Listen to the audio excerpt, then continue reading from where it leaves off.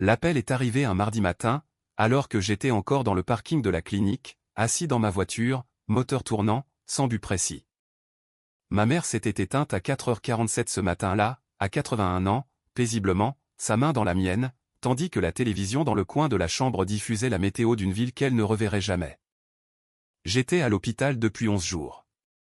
Je n'avais pas dormi plus de 3 heures d'affilée depuis le jeudi précédent. Ma femme, Isabelle, n'était pas venue une seule fois. Elle disait qu'elle ne pouvait pas le supporter, l'odeur des lieux, les bruits. Elle avait toujours été sensible de cette manière, et pendant 31 ans, j'avais composé avec cette sensibilité comme on compose avec les aléas de la météo. On ne la discute pas. On met un manteau et on avance. J'ai donc fait les 40 minutes de trajet moi-même, matin et soir, et je l'appelais depuis le parking comme je le faisais à cet instant. Le moteur tournait, j'attendais d'entendre sa voix. Elle n'a pas décroché. Je suis resté assis là quelques minutes de plus que nécessaire. La radio diffusait une mélodie que je ne connaissais pas. J'ai pensé aux mains de ma mère, à quel point elles étaient devenues petites. J'ai pensé au trajet du retour. J'ai pensé, avec cette vague absence de concentration que produit l'épuisement, que j'étais soulagé que l'entreprise soit en bonne santé. Ma femme et moi copossédions un cabinet d'ingénierie civile que nous avions bâti sur 27 ans.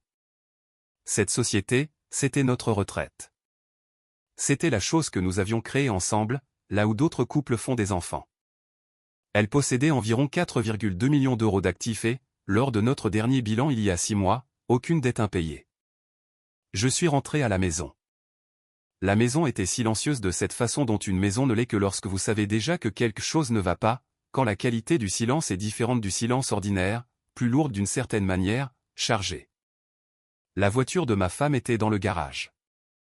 Son manteau était sur le crochet près de la porte.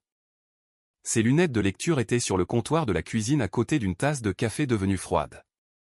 Elle était dans le salon, assise dans le fauteuil près de la fenêtre, son téléphone face contre terre sur ses genoux et ses yeux fixés sur quelque chose à l'extérieur que je ne pouvais pas voir. J'ai dit, elle est partie. Ma femme m'a regardé. Et je veux être précis sur ce que j'ai vu sur son visage à ce moment-là, car je l'ai rejoué maintes fois depuis. Il n'y avait pas de chagrin. Il n'y avait pas de tendresse. Il y avait quelque chose de plus proche du calcul, une brève et rapide évaluation, puis l'expression qu'elle a composée pour la remplacer, quelque chose de travaillé et de doux. « Je suis tellement désolée », a-t-elle dit. Elle ne s'est pas levée de son siège. J'ai versé le café froid dans l'évier, j'en ai préparé un nouveau pot et je suis resté à la fenêtre de la cuisine à regarder le jardin où nous avions accueilli 31 ans d'été. Quelque chose avait basculé dans la pièce derrière moi, quelque chose que je ne pouvais pas encore nommer. L'enveloppe était sur mon bureau à l'étage. Je ne l'ai trouvée que 2 jours plus tard, après que les arrangements pour les obsèques eurent été pris, que les appels eurent été rendus et que la machinerie particulière de la mort eût été mise en branle. C'était une enveloppe commerciale blanche standard, non scellée, avec mon nom écrit de la main de ma femme, pas Julien ce qu'elle m'appelait toujours mais Monsieur Julien Girard, formel, comme un document vous adresse la parole. À l'intérieur se trouvait une seule page, une lettre, courte. Je l'ai relue assez de fois pour pouvoir l'écrire de mémoire, mais je ne le ferai pas ici. Le fond de l'affaire était le suivant, elle avait rencontré quelqu'un. Elle le voyait depuis 2 ans. Elle n'était plus disposée à continuer de vivre comme elle l'avait fait. Elle avait déjà consulté un avocat. Elle voulait procéder rapidement et discrètement, et elle pensait le mot qu'elle a utilisé était convaincu, comme s'il s'agissait d'une question de foi que je comprendrais. Ce quelqu'un était un homme que je connaissais. Il s'appelait Marc Lefebvre. Il avait 53 ans, le genre d'homme séduisant qui passe bien en photo, et c'était un promoteur immobilier avec qui nous avions passé 3 contrats au cours des 4 dernières années. C'est moi qui les avais présentés. Je l'avais invité à dîner. Je lui avais serré la main sur le parking d'un restaurant et j'avais dit à ma femme, sur le trajet du retour, qu'il semblait être quelqu'un de solide. Je suis resté assis à mon bureau pendant un long moment, la lettre à la main. Je ne suis pas un homme porté sur les démonstrations d'émotion. Mon père était ingénieur, son père avant lui, et il y a une manière particulière dont ce genre d'éducation vous façonne, pas froid exactement, mais contenu. On ne fuit pas. On garde les choses à l'intérieur où on peut les examiner correctement avant de décider quoi en faire. Cela a été, au cours de ma vie, à la fois un atout et un handicap. Ma femme appelait cela de l'indisponibilité émotionnelle. Ma mère appelait cela de la dignité. Je pense que c'est simplement la façon dont je suis fait. Ce que j'ai ressenti assis à ce bureau n'était pas ce que j'aurais prédit. Il n'y avait pas de rage. Il y avait quelque chose de plus calme que cela et, par certains côtés, de pire, une sorte de clarté, froide et totale, comme le moment avant qu'un calcul de structure ne soit résolu et que vous ne voyez exactement où la charge va céder. Je savais ce que je devais faire. Je n'ai pas affronté ma femme. Je n'ai pas appelé Marc. Je n'ai appelé personne à part mon avocat, maître Gérald Dumont, qui gérait nos contrats commerciaux depuis 19 ans et qui a écouté tout ce que je lui disais sans m'interrompre, avant de dire « Julien, ne signe rien. Ne déplace rien. Ne lui dis pas un mot sur tout cela. À quelle heure peux-tu être à mon cabinet ?» J'y étais le lendemain matin à 8 heures. Gérald avait déjà sorti les documents d'enregistrement de la société à mon arrivée. Il était assis derrière son bureau avec ses lunettes de lecture et cette expression que j'avais appris à reconnaître après presque 2 décennies, il avait trouvé quelque chose. « Quand as-tu consulté les documents sociaux pour la dernière fois ?» a-t-il demandé. Je lui ai dit il y a 6 mois, lors de notre bilan annuel. Et à ce moment-là, toi et ta femme déteniez chacun 49% des parts, les 2% restants étant placés en fiducie pour la continuité opérationnelle. C'est exact. Gérald a enlevé ses lunettes. Il les a posées délicatement sur le bureau, de la manière dont on pose un objet quand on a besoin de ses mains libres pour dire une chose difficile. Julien, ta femme a transféré 31% de ses parts à Marc Lefebvre il y a 14 mois. La pièce n'a pas bougé. L'air n'a pas changé. J'ai entendu un téléphone sonner quelque part dans le couloir, puis s'arrêter. Comment, ai-je demandé. Elle avait la signature autorisée sur les statuts. C'était dans les limites techniques de son rôle de co-gérante, bien que de justesse, et il y a des arguments à faire valoir sur le devoir de loyauté et l'obligation d'information. Plus important encore, Gérald a ouvert un dossier. Lefebvre a utilisé ses parts comme garantie pour un prêt de développement il y a 18 mois, un prêt qu'il a utilisé pour financer un projet résidentiel à La Rochelle. Le projet s'est enlisé. Il traîne aujourd'hui environ 800 000 € de dettes impayées sur cette garantie, ce qui signifie qu'il les traîne contre les parts de ton entreprise. Je suis resté parfaitement immobile. L'entreprise est-elle exposée, ai-je demandé. Pas directement. Les parts sont sa responsabilité. Mais s'il est en défaut de paiement, celui qui détient la créance peut saisir ses actifs, y compris ses parts, ce qui pourrait créer des complications pour la société, litige avec un actionnaire minoritaire, demande de rachat forcé. Voire pire si le créancier est hostile. Qui détient la créance? Gérald m'a regardé par-dessus ses lunettes. Un groupe de prêt régional basé à Nantes, une petite structure privée. J'ai acquiescé. Quelque chose se formait au fond de mon esprit, de la même manière qu'une solution se dessine avant qu'on puisse l'articuler pleinement, comme on sait qu'une structure tiendra avant que les calculs ne soient terminés. Gérald, qu'est-ce qu'il faudrait pour racheter cette créance? Il est resté silencieux un instant. Il faudrait approcher le prêteur. Le rachat de créances douteuses n'est pas inhabituel. Il pourrait apprécier de retrouver de la liquidité, surtout si Lefebvre est en retard sur ses paiements. Il a marqué une pause. Est-ce que tu penses à ce que je crois que tu penses? Je pense que j'aimerais tout savoir sur la situation financière de Marc Lefebvre avant de faire quoi que ce soit d'autre. Ce que nous avons découvert fut instructif. Marc Lefebvre était, en apparence, un homme accompli. Il conduisait la bonne voiture, portait la bonne montre, maintenait un bureau dans un immeuble bien exposé avec vue sur les quais. C'était le genre d'homme qui avait appris très tôt que l'apparence du succès est, dans la plupart des contextes sociaux, indiscernable du succès lui-même. La réalité était considérablement différente. Le projet de La Rochelle ne s'était pas seulement enlisé, il avait 18 mois de retard, faisait face à des violations du code de l'urbanisme et avait épuisé ses financements par 2 fois. Marc avait un second prêt, sans lien avec les parts de notre société, de 340 000 € auprès d'une autre banque, sur lequel il avait 3 mois de retard. Il avait 2 jugements contre lui de la part de sous-traitants qui n'avaient pas été payés. Ces déclarations de revenus personnels, que Gérald a obtenues par des procédures de communication de pièces que nous avions discrètement lancées, montraient des revenus en baisse depuis 4 ans. Et puis Gérald a trouvé l'autre chose, l'affaire avec le fisc. Je veux être prudent ici car je ne suis pas un homme vindicatif. Ou peut-être le suis-je et j'ai simplement appris à habiller la vengeance du langage de la praticité.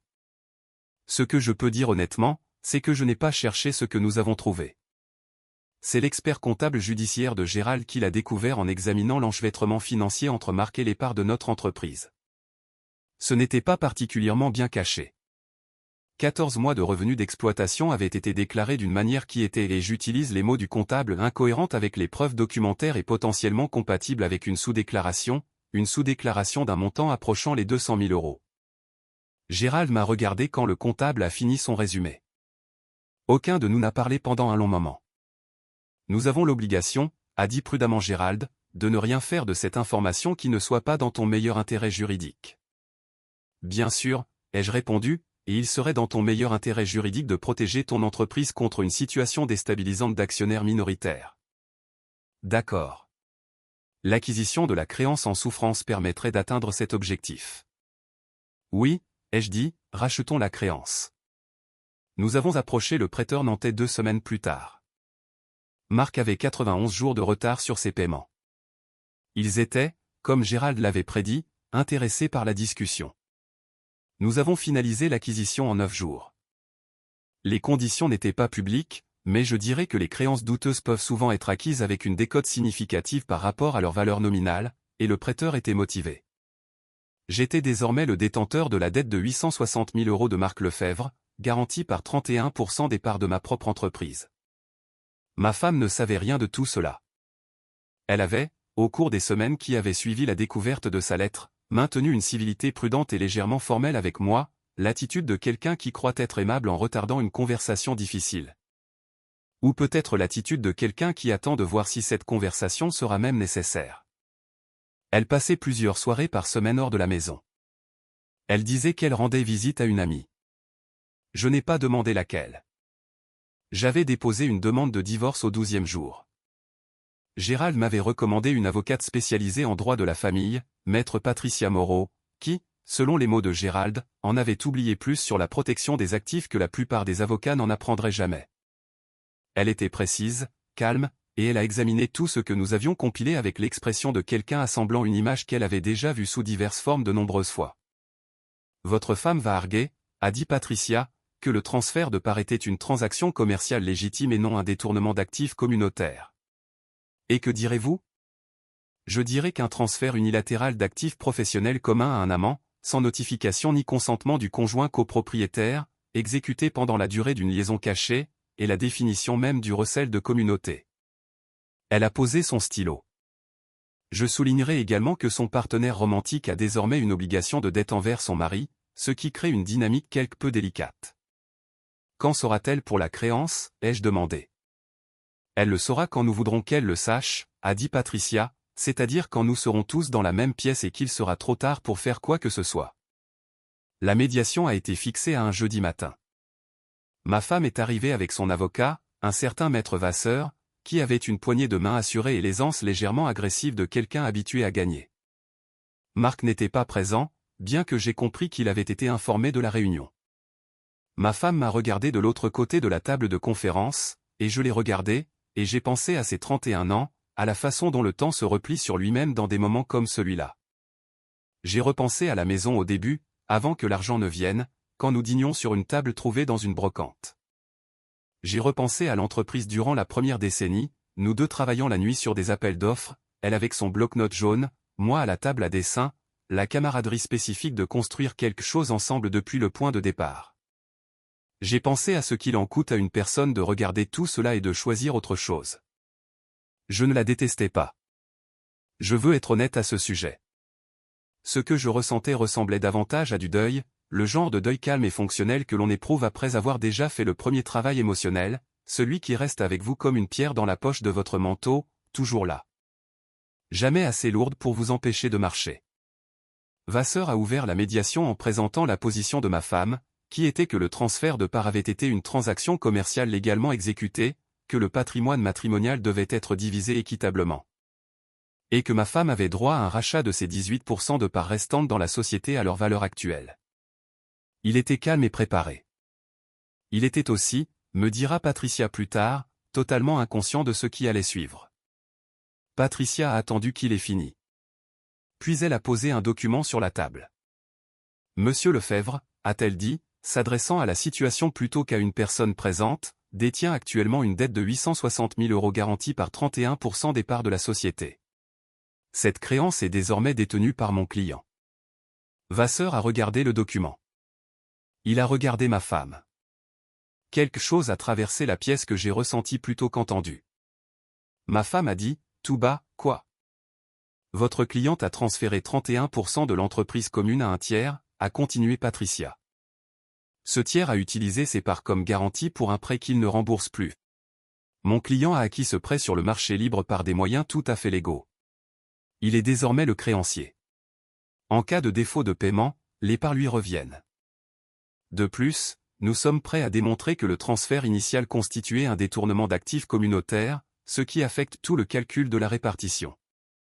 Vasseur a demandé une suspension de séance. Ils sont restés absents 40 minutes.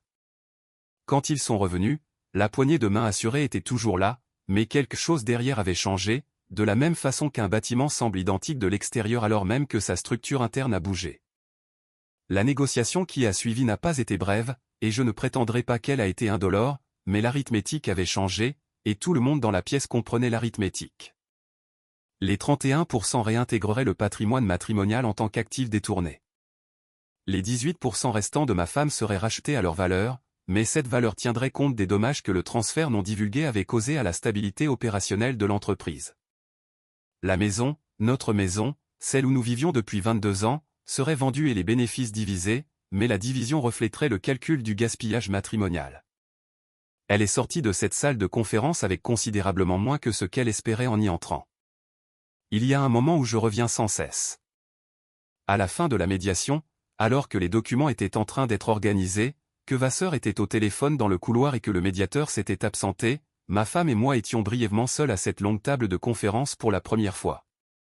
Elle m'a regardé, m'a vraiment regardé, comme elle ne l'avait sans doute pas fait depuis des années, et elle a dit, « Je ne pensais pas que tu en serais capable. » J'y ai réfléchi un instant. Je n'ai rien fait, ai-je dit. J'ai juste été attentif. Elle a commencé à dire autre chose, puis s'est ravisée. Le médiateur est revenu. L'instance s'est refermée. Marc Lefebvre a reçu un avis formel de mise en demeure 3 semaines plus tard. Il a appelé mon bureau 2 fois. La seconde fois, sa voix avait perdu ce vernis particulier qui m'avait impressionné lors de ce dîner 3 ans et demi plus tôt. Il a demandé s'il y avait un moyen de s'arranger. Je lui ai dit que mon avocate prendrait contact avec lui. Patricia a négocié un règlement structuré qui lui a permis de céder les parts à l'entreprise en échange d'une réduction de sa dette restante. Il était, au final, motivé pour en finir. L'affaire du fisc, que j'avais officiellement signalée, comme c'était mon obligation légale après que le comptable de Gérald eut documenté les conclusions, était une procédure entièrement séparée, sur laquelle je n'avais aucun contrôle et à laquelle je n'ai plus pris part. L'entreprise, à ce jour, est entièrement mienne, restructurée, réorganisée, et peut-être plus saine grâce à la clarté qui suit un tel règlement de compte. J'ai fait entrer une associée le printemps dernier, une jeune ingénieure que j'avais encadrée pendant 10 ans, et elle a apporté une énergie dont je pense que l'endroit avait besoin. Le travail continue. C'est du bon travail. J'y crois toujours. La maison s'est vendue en avril. La clôture de la vente s'est faite par email et virement bancaire, de la manière dont la plupart des choses importantes sont gérées aujourd'hui. J'avais déjà emménagé dans un endroit plus petit, un appartement près des quais avec de grandes fenêtres et très peu de meubles, que je remplis lentement avec des objets que j'ai réellement choisis. Il y a quelque chose d'inattendument paisible dans ce processus, choisir chaque chose délibérément, rien n'étant hérité d'une version de votre vie qui ne vous convient plus. Je pense parfois à ma mère au petit matin, quand la lumière entre et que l'eau est étale, avant que la journée ne commence vraiment. Je me demande ce qu'elle aurait pensé de tout cela. C'était une femme pragmatique, ma mère. Elle croyait que les gens vous montrent qui ils sont quand les circonstances leur en donnent l'occasion, et que la chose la plus honnête que l'on puisse faire est de croire ce que l'on voit. J'ai fini par croire ce que j'ai vu. Je ne m'accroche pas à la colère. Je ne suis pas sûr d'en avoir jamais eu beaucoup, pas de celles qui nécessitent un entretien permanent. Ce que j'ai à la place, c'est une sorte de compréhension posée de la façon dont les décisions s'accumulent avec le temps, de la façon dont une personne peut confondre le confort avec l'amour et l'amour avec la faiblesse.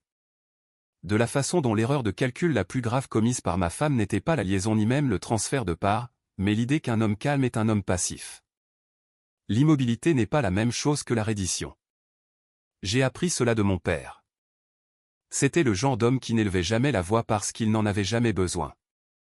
Il comprenait que la patience n'est pas de l'attente, c'est une préparation qui a déjà mis son manteau. Il a construit des choses qui ont duré. Il a tenu sa parole. Il a été présent. C'est ce que j'essaie de faire, même maintenant, peut-être surtout maintenant. Le travail est honnête. Les matinées sont silencieuses. Les fenêtres font face au fleuve, et la lumière passe, limpide.